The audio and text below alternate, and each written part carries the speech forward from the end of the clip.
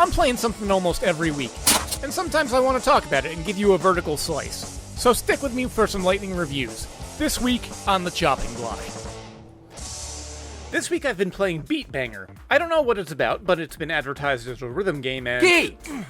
What do you want now? That's a porn game.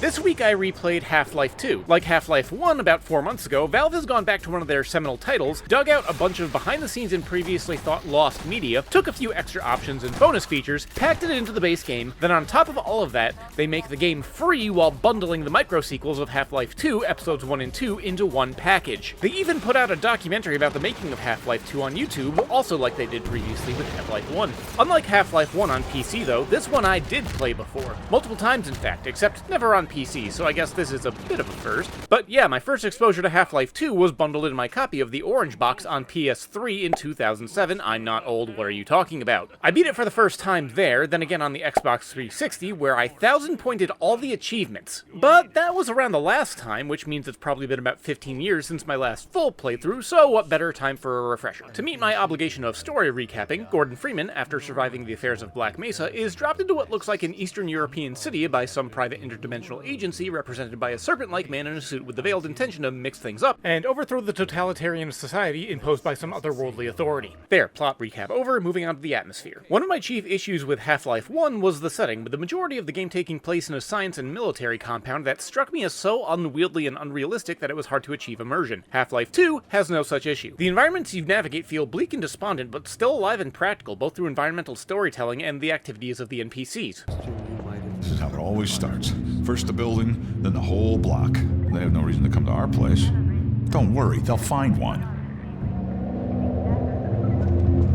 Valve in the new documentary cites their work on realistic human expression and largely succeeded. There are stilted and robotic moments, but even 2 decades later, these are some of the most believable in-game interactions I've seen while still being fully dynamic, as in you can watch them and pay attention, or you can do as you please and act like a jackass while jumping on the furniture as the super serious drama takes place around you. Of course, there are cracks that pop up in presentation, primarily around the physics engine. With the vehicle driving sections, it did occasionally stray into the frustrating, but outside of traversing in a car or boat, I found these moments more endearing or whimsical, probably due to the fact that the same engine powers Team Fortress 2, where I've seen the same quirks, and I'm slowly closing in on the 7,000 hour mark for that game.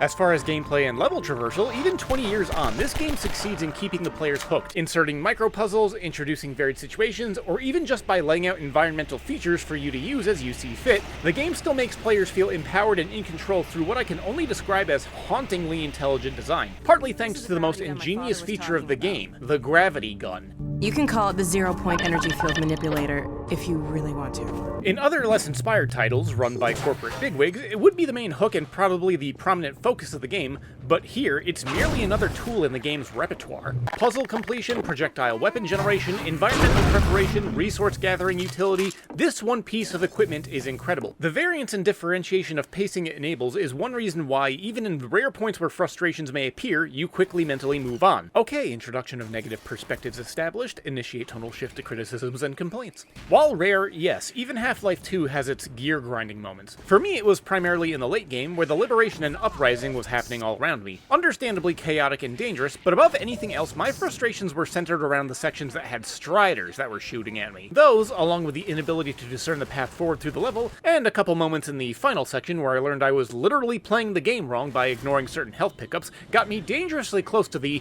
I'm not having fun and I'm going to stop playing threshold. But close wasn't quite close enough, and even now, the ending is still pulse-pounding and incredible. The set-piece moments, the tech behind the NPCs and their interactions, the mechanical empowerment of the player, and above all else, the legacy of what Half-Life 2 did and how it collectively raised the bar of game development as a whole. Half-Life 2 is still a certified classic. I'll contend there is no such thing as a perfect game, and while tastes are subjective and methods and tech for game making are ever evolving, Half-Life 2, I would argue, makes casual brushes with perfection. If you haven't gotten it already, even during the free window, then I need to tell you to your face, seriously look at what you're doing with your life as a gamer.